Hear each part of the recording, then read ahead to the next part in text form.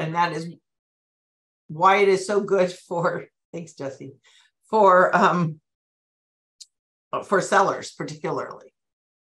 Let's get rid of that. Okay, the last one was the hotline's getting, surprise, surprise, a lot of calls from agents asking, doing leases and helping landlords and asking questions that the hotline feels is are so basic that no one should be touching leases and representing landlords without knowing this stuff. Okay, so it's just kind of a warning. I mean, they answer your questions and I'm sure they point you in the right direction, but they're getting very nervous. They're getting very nervous about the kind of questions they're getting. So if you are doing any, because almost everyone's got a lease here or there somewhere, right? You get a past client wants to do a lease and, you feel like you should do it even though you don't do them. Just make sure you know what you're doing, okay? Make sure that you look at the checklist, that you know what documents you have to have and what you have to give. Most of it comes out with the lease, so there's not a whole bunch of other stuff, but there's some stuff, and there are some new documents that are pretty important. So that's all I'm saying is that's what they're saying. Okay, so does anyone have any questions on any of those things? No, you just can't wait to get to procuring cause, huh? Okay.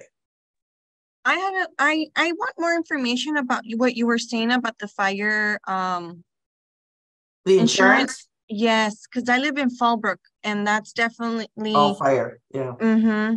So if I can have some information. Yeah, let's see if let me see if we can find an insurance person to come talk to us about it. Okay, sounds even better. Might as well, instead of me learning it and then telling you, might as well try to hear it from the, I don't want to say directly from them. Insurance person's, yeah. Mm-hmm. Mouth. Okay, so let me see if I can work on that for next week. Okay, thank you, Cindy. I think it's important, and it is going to be a big issue. Mm-hmm. Thank you. Okay, I will share my screen. Share. You guys over here. Okay. I don't know why I don't just put that on the screen where my camera is, but I don't. Okay. Okay, so the couple of things we're going to start. Procuring cause, everyone has an opinion about what it is. It changed over the years. And I don't know if it was 2 years ago or 4 years ago, but recently there was a big change. It was either a court or NAR that came out with these whole new guidelines that are now the guidelines. So what's important to know, and it says it over and over in this, is the procuring cause, it's a factors test. And it doesn't have a triggering event that will give a sure result. So there is no scale where this has, here are the 10 factors. This one's the most important. This one's not so important. There are a lot of factors, but there's no weight to any one factor, except for I would say that is not true because there is a lot of weight given to a buyer-broker agreement. And in my opinion, the only way, unless it's just like obvious horrible things, the only way you're going to win a procuring cause as a buyer's agent is to have a buyer-broker agreement, because if you don't have one, they can work with as many brokers as they want, and it's not that hard to prove. You haven't done very much if all you did was introduce them to the property or show them the property and you never did another thing. So again, for buyer's agents, having a buyer-broker agreement, even though it says that there's not one thing, that's the most huge thing that would prove that you have the right. And we, in fact, went to an arbitration with some of our agents who closed a property, and they knew that the buyer had a buyer-broker agreement, but they just kind of ignored it. And we went to the hearing and they lost. They had to pay their commission back to the other side. So it's probably the most important factor. I mean, it is, even though they'll say there isn't. Okay. And then these are NAR rules, and NAR prohibits a local association from coming up with different rules. In our association, this is how we're going to find procuring cause, X, Y, and Z. Nope, you can't do that. You have to follow these. Doesn't mean that that's not how you train your arbitrators, but it, you know, that's a whole nother story. Okay, there's the NAR's definition of procuring cause is the uninterrupted series of causal events, causal events, which result in the successful transaction. And if you read that, wouldn't you think that if you only showed the property and someone else did all the other work, that would be an automatic loss? Because it's not under, your work wasn't uninterrupted. So I don't know. I know that's their definition, but I'm not sure how they interpret it because I don't think that's the truth. Okay. Okay, who has the burden of proof? So we're going to arbitration or a lawsuit if you, but it's probably arbitration. And how do we know who, what if the panel can't decide? How do we know?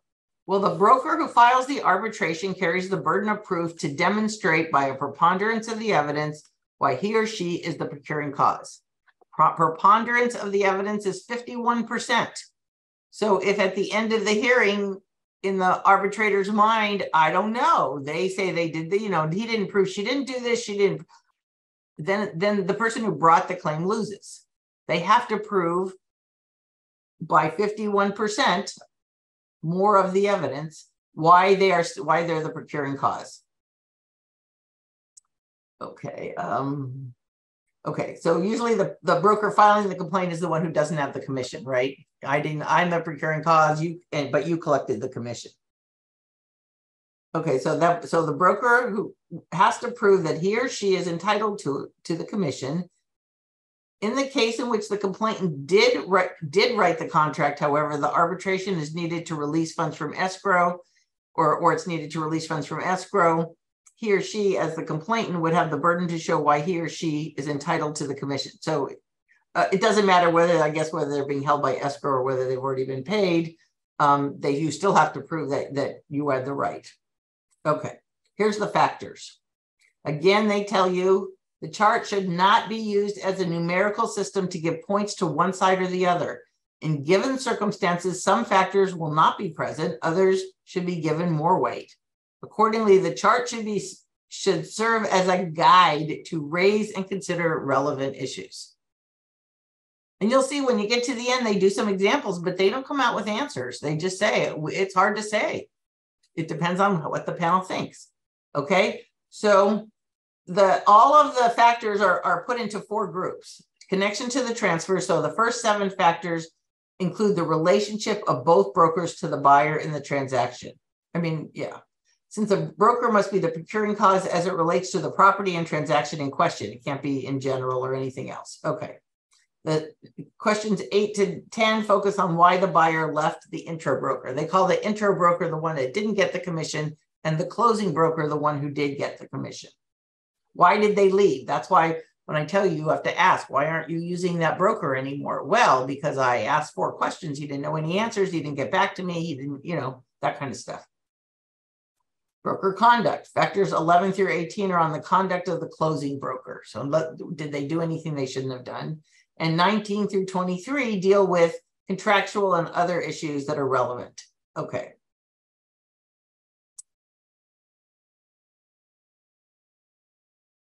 Oh, and it refers a lot to the BRBC. You know, that's the buyer representation and broker compensation agreement. It can, and this is what's important about this. Okay, so the BRBC contains a default. So if you don't check any boxes, it defaults to a non-exclusive representation agreement. Okay. Which provides for payment of compensation to the broker only if there was sufficient broker involvement with the property. Broker involvement is defined as all of these things, showing the property either in person or virtually, submitted an offer for them, or it was introduced to them. Okay, so that lots of people have that maybe, right? If that's all you needed for procuring cause was broker involvement, then a lot of people would have that. But now we're going back to, you have a buyer-broker agreement. Do you have one of those things? Because if you just had them sign the agreement, but you never did another thing, you never introduced them to a property, you never did anything, you're not going to win. Okay. But again, what's important here is that it defaults to non-exclusive representation, and there's a box you have to check if you want it to be exclusive. And if it's non-exclusive, then you're going to have to show more because you didn't have the right to do, to the sole right to do it. You only had a right if you brought in the buyer. You'd have to prove you brought the buyer. I mean, you brought the property. I'm sorry, the property. Okay. The form also contains an exclusive representation option. If the broker and the buyer agree to exclusive representation by checking a box that's in the middle of a sentence, by the way, so you might miss it. The broker is entitled to compensation if the buyer acquires property identified in the contract during the representation period. So this is really, if you have this, you're good. I have a buyer broker agreement and I showed you a whole bunch of properties. I didn't have to necessarily show this one, but I did my work until I find out that you went to somebody else. Okay, broker involvement with property is not necessary for the broker to be entitled to compensation. So if you have this broker agreement, where first property, yeah, okay. Right, because if the buyer goes to someone else, obviously you couldn't have, you didn't have to have broker compensation, right? If you have an agreement with your buyer and they completely go to a whole nother agent, they're saying that the broker involvement is not necessary to prove, because how could you have had involvement? You didn't even know. Okay, so this is the chart, and then it came out a little weird when I cut and pasted it, but they divided up into factors that favor the introduction broker, which is the first column, or the closing broker, because there's certainly factor, each one of these factors favors somebody.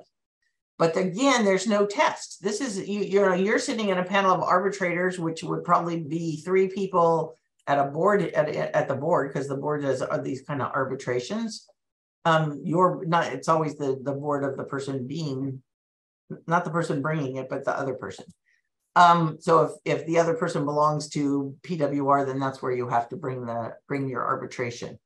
So it's important to know the factors, but again, what you would do if you had one of these is you would take this chart and you would put your factors in. Which ones do I have? How would I fill this out? And then go back and try to figure it out. Because if there's no buyer representation agreement, it's way harder. Okay, so who first introduced buyer to the property, right? That favors the introduction broker, of course. Closing broker never showed the property. So you closed this, but you never even you never even went to the property with them. Okay. But again, that could be not true. It could be not true. Okay, intro broker wrote and presented an offer on the property on behalf of the buyer, but the transaction was not consummated. Okay, so I even wrote an offer for him. Gosh. Okay, closing broker wrote and presented an offer on behalf of the buyer and that was substantially similar to an offer. Oh, second broker, closing broker presented an offer on the property that was substantially similar to an offer written by intro broker within a short time period. Well, that favors, you gave the same offer I had. What did I do wrong, right? Okay. It would be removed to neutral, right? If 2 offers are not close in substance or time. So if the first offer was like way less money or way more money or, something like that, which is usually the case, you're not usually making the same offer. A significant amount of time elapsed between the time intro broker last showed a property and closing broker wrote an offer on the same property. So yeah, you don't get it forever, right? You showed the property in January and they just didn't decide to buy it until November. And there's probably enough time has elapsed that this would be in favor of the closing broker. Okay, the intro broker provided significant information about the specific property, its neighborhood, value of the property, financing, and other issues. So they didn't just show you the property, they gave you all of this information, okay? So that would favor them, right? They're doing work. They're not just showing you a property, they're analyzing the neighborhood and where it is and giving you the information that you need. Okay. Closing broker wrote and negotiated the offer and performed all the services during escrow. Okay, well, so you were second, but you wrote the offer, you did everything. Okay. How? Closing broker in it. Okay, so that favors closing broker, but notice it says consideration should be given to how closing broker entered the transaction. Just because you did all of those things, you wrote the offer, you negotiated it, and you followed it all the way through to closing, if you did something wrong in getting it, then you might lose. Then you might not be the procuring cause. So you have to, you know, if you go to this person and you convince them to leave the other broker, right? You're not going to win because you did something wrong, right? But, you know, and here's the sad part for me that I think as a broker is that I think our agents, they would tell the truth. I really do. But these clients, they don't have the same interests you have. You know, you go in and you say, yeah, sure, my buyer, he'll tell you this, this, and this. And the buyer's like, yeah, I don't know. We've had this happen a few times. I don't know. I don't really want to get involved. Oh, okay. Well, now, you know, so a lot of this, anything that you learned has to be communicated in writing. You have to confirm it in writing, right? Because you don't want to get to the end and say, well, the reason I got this, the buyer came to me and he told me that this agent didn't know anything, gave me a whole laundry list of things. And now the buyer's saying, I never did that. He came up to me and he said, you know, gee, I'm a better agent. Just leave them and come to me. Huh. And now what are you going to do? You know you're telling the truth, but you can't prove it. So you want to have that confirmed in writing at the time. And if they didn't write back and say, I don't know what you're talking about, none of that happened, then then that helps. Okay. Okay, buyer's intro broker does not keep in touch with buyer after a period of time. Okay, so yeah, you signed an exclusive agreement with me for all of Riverside County, and I haven't heard from you. We looked at 2 properties the first week, and I haven't heard from you in 2 months. Do I need to still use you? Are you still my broker? Right? So, and again, whether the broker attempted to make contact, just because the buyer doesn't answer phone calls or return them, doesn't mean they didn't try. Okay, so you have to ask the right questions because it matters. Okay, intro broker is the listing broker. As a result of intro broker providing agency disclosure, the buyer elects to have separate representation. Okay, so yeah, so it's the listing broker. The buyer's broker didn't want to have dual representation.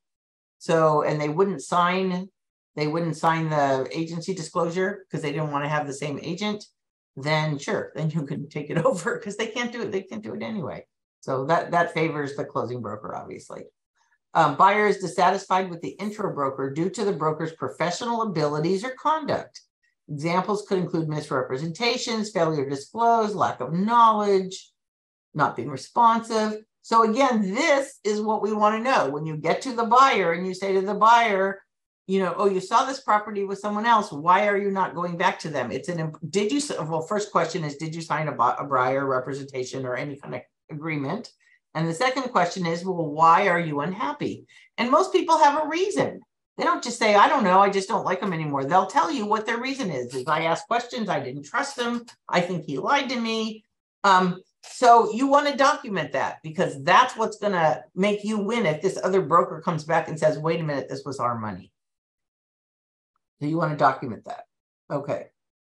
And you also want to know, because you don't want to make the same mistakes, right? So you want to know, what is it about the other agent that really bugged this client? Because clearly you don't want to do the same thing. If he says, well, they didn't return calls for 2 days, well, then you'll go, yeah, no problem. I'll return mine, much quicker than that. But, it just depends on what they say, but it's good for everything to know. Okay, broker conduct. Closing broker asked buyer's relationship with another broker early in the process and determined there was no existing contractual or exclusive relationship between intro buyer and the buyer. So you asked, you went to your buyer and you said, have you been working with any other brokers? And your buyer says, no, I haven't been working with any other brokers. Well, gosh, are you sure no one's introduced the, nope. What can you do? I mean, you can only know what they tell you. Again, wouldn't it be nice to confirm that in writing? This will confirm that prior to our representation, you weren't working with anyone. I mean, I don't know if it's always going to be the case that you feel you need to, but you want to do this right. Okay, closing broker asked about buyer's relationship with other brokers late in the process. That goes towards the other side. If I'm already halfway through the transaction, when I say, oh, by the way, were you working with anyone else? Or they come, actually, it probably would be that they come in and say, oh yeah, that's the same thing the broker who showed me the property said. What? Someone showed you the property? And now I'm asking because you brought it up. So you don't want it, that doesn't favor you. That doesn't favor that you're doing the right thing as the broker who took it over. Brokers have an affirmative duty to inquire about existing relationships. You have to ask. Okay. Closing broker instructed a buyer to go to open houses or make appointments for the buyer, or was aware that the buyer would be going to open houses and instructed the buyer to inform open house brokers of the buyer's relationship with closing broker. Okay. So that's good that we asked, that we told you, if you're going to go by yourself, here's my card, take my card. If you're going to go by yourself, make sure that you write down my name and number on a paper and tell the agent or whoever's doing the open house that you already are working with someone. Okay. Doesn't mean they did or not. This is only saying that we instructed them. So it shows that we didn't mean to send them out there. We are really representing them. Okay. Intro broker was aware that the buyer would be going to open houses and told the buyer to inform other brokers of the buyer's relationship with intro broker. Okay.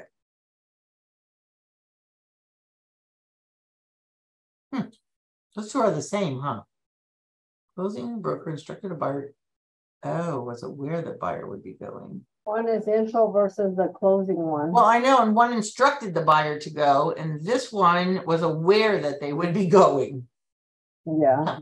I don't know if that makes a difference. Or it was aware. Huh. So I guess that's a, but see this one that looks, I assume when it's blank like this, it's neutral. It's not just me that messed this up, right? No, it's just neutral. I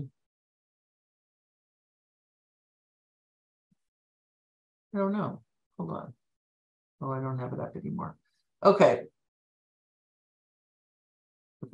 So those are the same. So it's a good thing when I'm sure you guys all do this, but if you're a buyer, whether they tell you they are or you tell them to, or whether or not anything, if you always tell them, if they happen to see an open house and they go in, they should hand your card, hand your card to whoever's doing the open house. A closing broker does not belong to the MLS in which the property is listed, or any MLS in a reciprocal arrangement with the MLS, and has not made independent arrangements for a listing broker for a commission.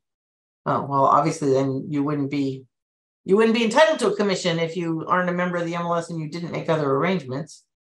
Okay, closing broker is the listing broker. Neutral. Although the listing broker will get compensation for the listing side, this should not independently determine the outcome without reference to other factors. And again, a lot of times when closing broker is the listing broker, if you have to depend on the buyer, they're going to come in and say, well, they told me I couldn't get the property unless I used you as the broker, right? So anyway, I thought we had a rule that you had to have your camera on. Is that not for everyone? Closing broker, okay, or was Robert kidding? I wasn't meaning to say, was he kidding? No? No, he was serious. Oh. Starts next week. Oh, sorry. Okay. Turn your cameras off. I just didn't want to get in trouble for not, following the rule. What's the second part?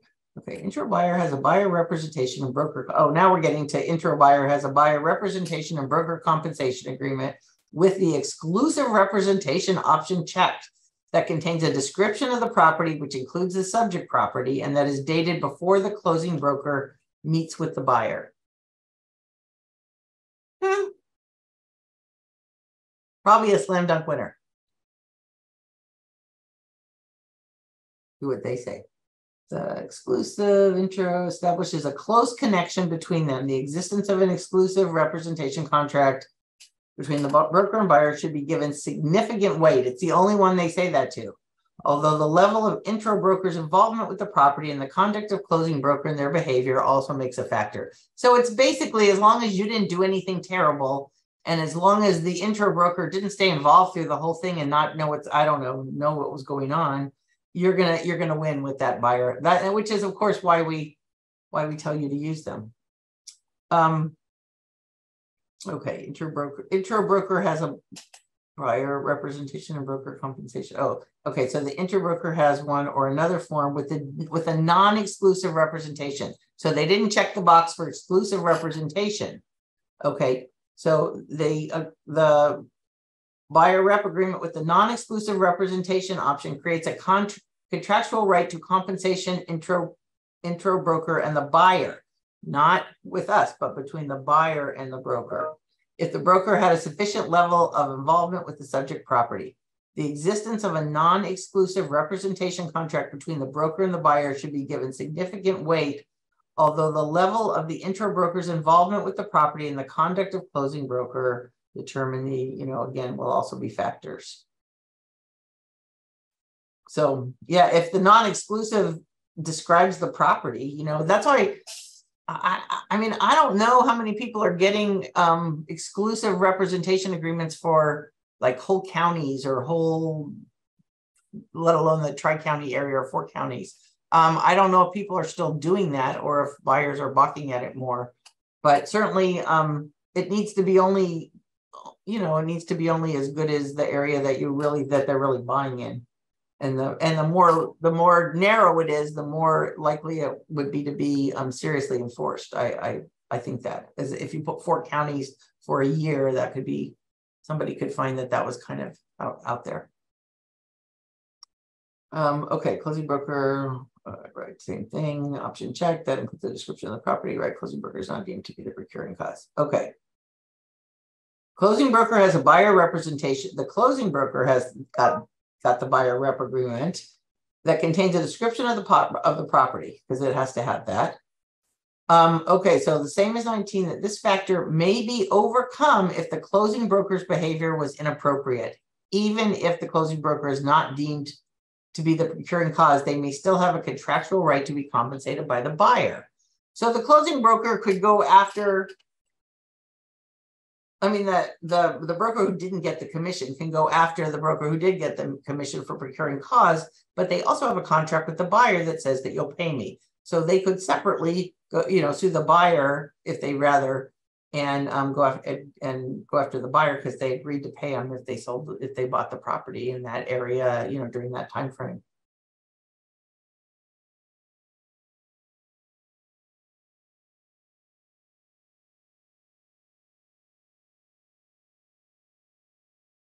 Oh, okay. So now, same thing. The closing broker has a buyer rep agreement, but it's non-exclusive. Okay, so before they had an exclusive, they had an absolute right to the money. If their contract is non-exclusive, then they don't have an automatic right to the. It's different because the contract is non-exclusive. So they weren't the only one who could sell, right? If it's non-exclusive, it means if you buy these properties, you have to pay me. But if you buy someone else, you do not have to. So I don't know. These are kind of all the same. Directory failed to give agency. Oh, okay. So and this is the other issue. It's going to come up here under the practice, under the tips. Intro broker failed to give an agency disclosure statement. So if you use the buyer rep agreement, it comes out with an agency disclosure statement. CAR or NAR or the MLS, whoever makes the rules, has determined that the rule is that you really only have to get the disclosure, the agency disclosure from the buyer when you make an offer for the buyer. That's the rule, and that's what we have always done. And that's still the rule. However, there's some argument, and CAR, obviously, when they wrote this, because this is fairly new, I think it was from 21, had a different opinion on that, because basically they're saying now that you should get an agency disclosure statement right away when you work with a buyer. That just working with the buyer, showing them properties, you want to have that agency relationship with the buyer, even if you don't have a buyer rep agreement. Either way, again, not required, and so no one's making a big deal out of it.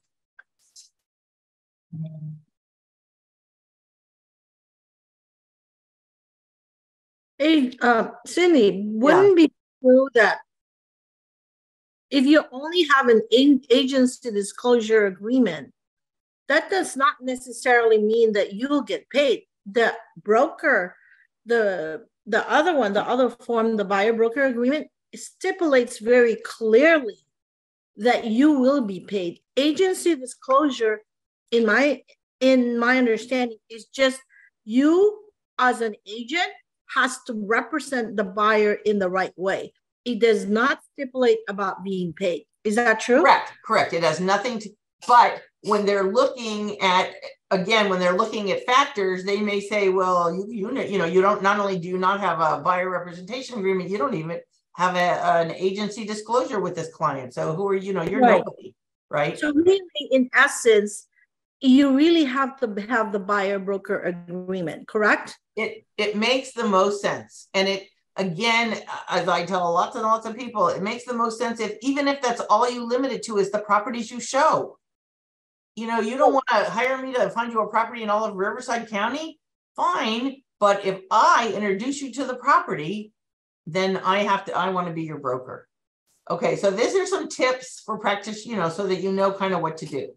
Always ask a prospective buyer whether he or she is working with another broker. Always, always, always, always.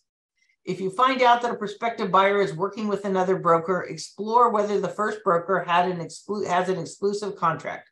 Next question: do you have an exclusive agreement with the broker? Did you sign anything? Because they don't know what they're called, so you can't ask for it by name or something. You have to kind of describe it.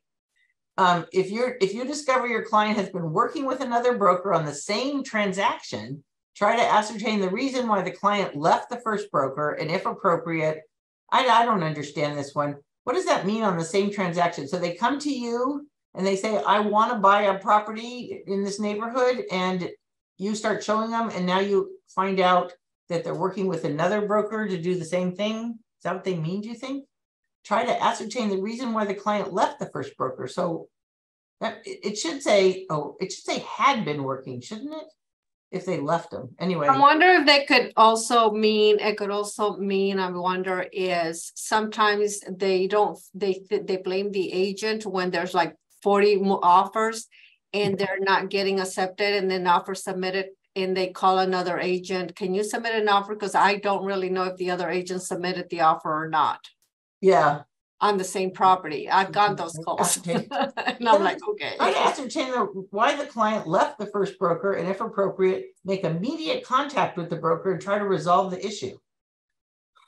So basically they're saying, well, gee, if you find out that someone had this before you, I don't know, failing to address it early on. Obviously, if you find there's any kind of an issue, you have to address it early on. We always say that, hit it, if you're not sure, hit it in the face, and we'd rather know now than when you close. Okay, give the agency disclosure. So see, they say that early in the transaction, and by transaction, they mean early in working with a buyer. Because obviously we give it when we have when we actually have a purchase agreement, everybody signs the AD. Or when we have a listing agreement, we sign the AD or a purchase agreement. So, but they're suggesting that you get it earlier. I've heard this before from Carr. But again, when they said it, they said the same thing as well. It's really not the rule, and you don't really have to do it, and no one's going to be penalized for not doing it. So, okay, but maybe for procuring cause, it helps. Okay, use Carr Form BRBC when working with a buyer. It memorializes the relationship. You know all the good reasons, right? Never send your buyer client to other brokers with instruction to come back when the buyer is ready to write the offer. Gee. Go look at that open house with that other broker, and when you're ready to write the offer, come on back. Huh? Am I representing you or am I not? This is just their suggestions. Okay. Try to accompany your clients to open houses, but if you can't, give your clients your cards and instruct them to tell the agent sitting in the open house, I thought I fixed that, at the open house, that they are already working with you, and present them your card. By not accompanying them, you take the risk that this explanation may not occur, right? They go up to the listing agent, they have a conversation, the listing agent maybe even asks them, are you working with anyone? And they say no. So you don't, and they might do that anyway, even if you give them the card, but at least, and you want to make sure that there's something in writing so that you can prove you did this. You don't see them in person, hand them the card, say it, send them an email, use these cards, the cards I gave you, make sure you use them for this and this. Because the more you can prove, the better off you are. And sometimes it's not even that they wouldn't say the same thing as you. It's that we can't find them, or they just don't show up, or something else like that. And so then your confirming email would be all we need. Okay. Stay in close contact with your client and be responsive during the transaction. I don't know. You probably never heard that one before. If you are conducting an open house, keep a registry of all prospective buyers, including a note of whether there was a broker with the buyer. Also keep a record that the agent sitting in the open house, oh, maybe that's where I added the in, ask the buyer if they were working with an agent. Okay, because you have to ask that. If somebody comes in and by themselves, are you working with an agent? And if not, you can just give them a hard sell. But if they say yes, then you have to ask, you know, a bunch of other questions. How did you find the open house? Oh, you didn't find it through the other agent? Do you have a exclusive, you have a buyer broker agreement? No, I don't, or yes, I do. Here it is, but it's not exclusive. You know, there's still a lot of room here. Surprise being shown by brokers when you're not present. Oh, if you have a listing where the property is being shown by brokers when you are not present, leave a sign-in sheet with buyers' names and brokers' names similar to what you would get at a new home development. Include dates and times in the registry. Do people fill those out when if you leave those? Do the agent who comes in and shows the property actually fill them out, or they just ignore them? Or nobody? I had an agent fill out my open house forms before. They do? Yeah, they want to make sure that they, you know, mark their territory for their client, I think. Well, and that would be really good if that was, we don't care what their reasoning, right? But I know that when you know, a listing ends, you have to give them a list of all the buyers who saw the property. And sometimes we don't have the name of the buyers. We only have the name of the broker who showed it. Right. So any way we can get those names so we have them is always good. Okay, there are a couple of examples. Let's just do a couple. We could do this one, but it's way too easy. But okay. The following fact patterns are not to be construed as definite outcomes for similar real life situations. Because in your similar real life situation, you're going to be sitting in front of 3 people who are going to make a decision, and it just, you know, it just depends on who they are and how they feel, and, you know, how the evidence is presented, and, you know, what they hear and what they don't hear. They're just like people, which is why you could always try it out on pretty much any 3 people, or any one person. Okay. All of the factors of a case must be considered by the panel determining procuring cause. Again, you can't change it and say, well, we're not looking at these 6. We don't care. You have to look at all of them. Again, it's only a guide for panelists, right? So we know who the intro, we know who the closing broker is, and we know the exclusive buyer agency contract. Okay. Buyers working with several agents and has shown the property by intro broker, but has no written agreement with him or her. 3 days later, buyer is shown the same property by closing broker, who, after ascertaining that buyer has no prior buyer's agreement, writes a successful offer and receives the commission.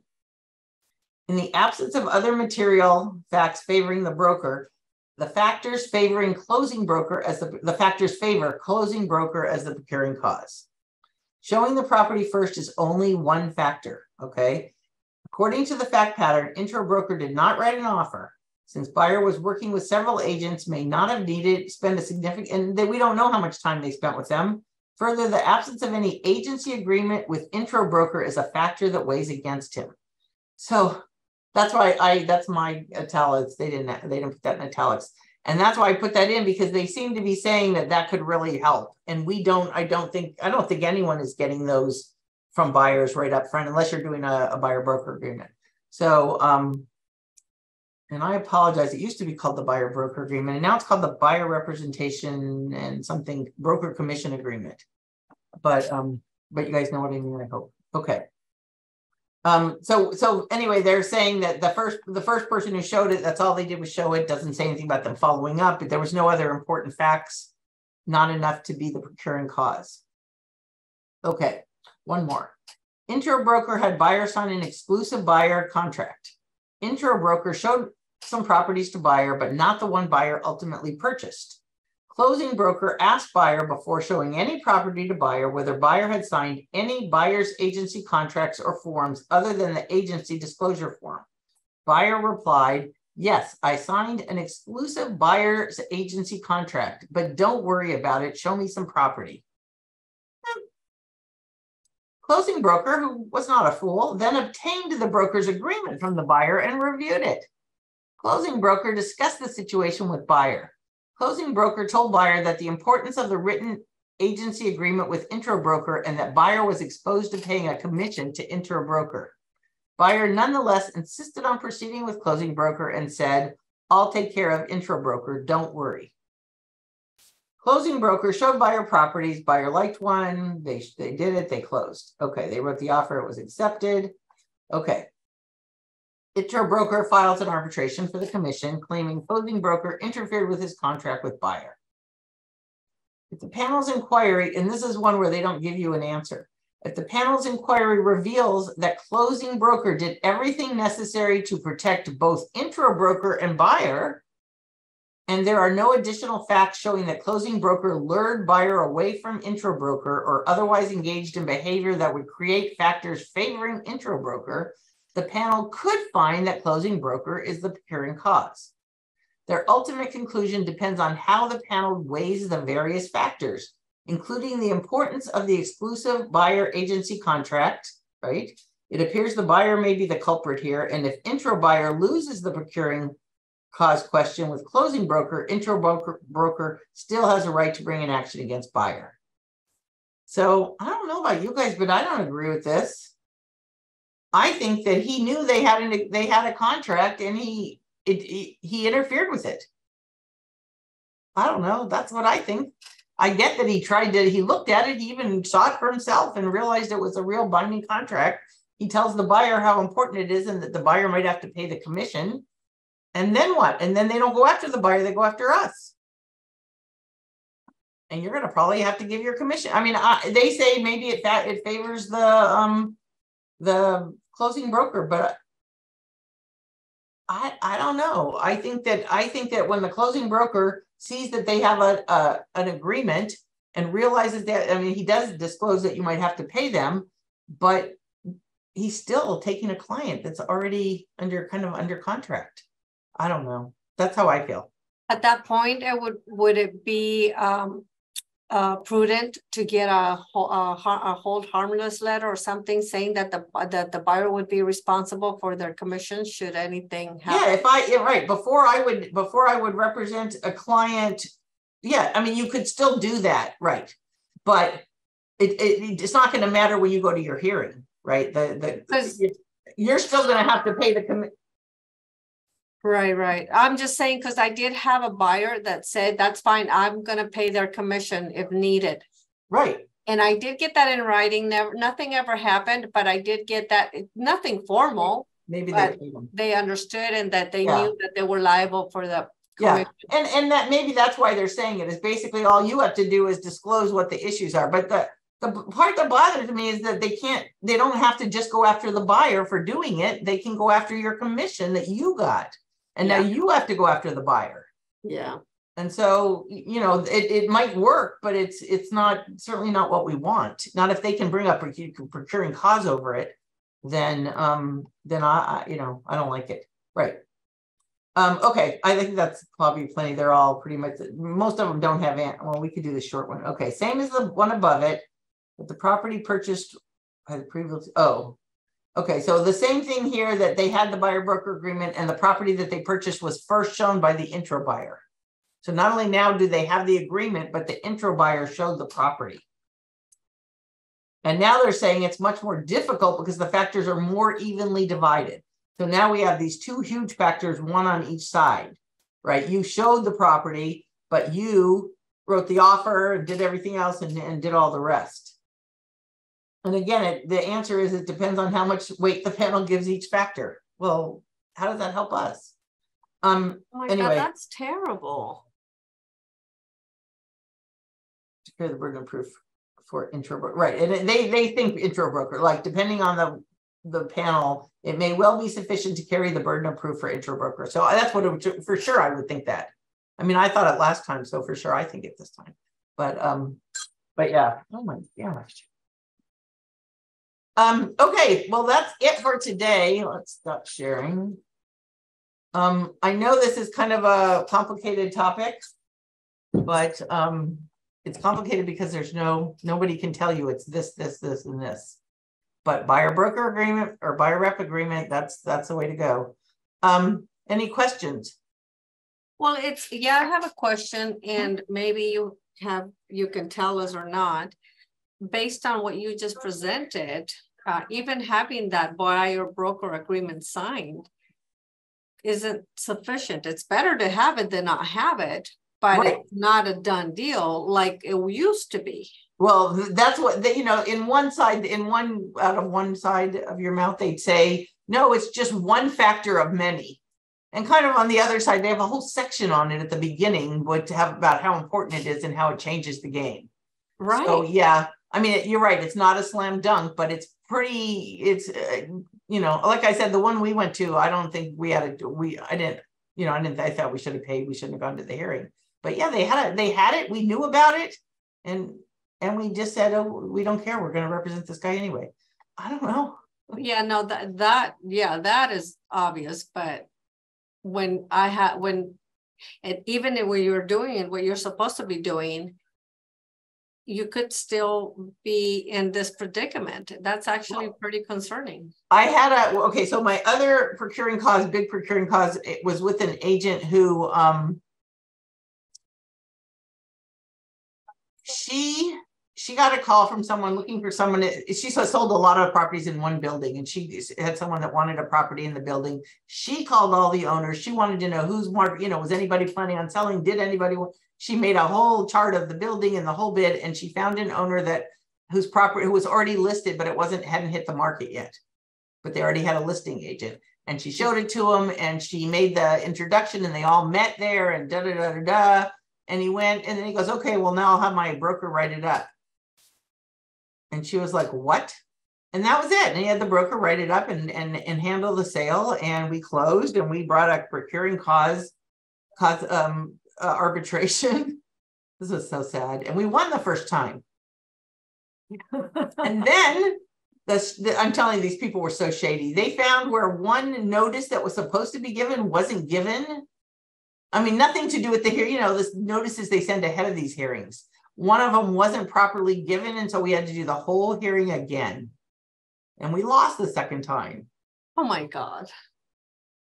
The second time they brought different witnesses, and I'm telling you, it was a nightmare. But we could, and I think we won. I think we should have won because we proved we did more than, we did. We actually called people. We actually found this property that wasn't on the market yet. So, you just never know. Oh my gosh. Right. I don't know who those people were, but we did win the first time. I was very proud. So document. Yeah, document, and confirming, an email, right? Everything you can confirm, because I'll tell you, finding those buyers and sellers later who, are going to testify and help you, it's a crapshoot. No. Sometimes they do, and sometimes they don't. So. Yeah. Okay, well, thank you all. If you guys, the last couple of weeks have been suggestions from people that they gave Robert last month for class topics. If you have any suggestions for class topics, I am always all ears, because it's hard to think of something every time. I have a quick question, Cindy. Yeah. How can you hear me okay? Yes. I have my headphones on, then they can't hear me. How many days are the buyer agreements typically for? Whatever you want it to be. Whatever you want it to be for. I mean, I've seen, really ugly ones for 3 counties in a full year, but 60 days, 90 days, kind of like a listing agreement. Okay. I mean, you should have some idea that if I can't find you a property in this many days, I'm probably never going to. Yeah, that's true. Yeah. Except, and then I keep hearing differing opinions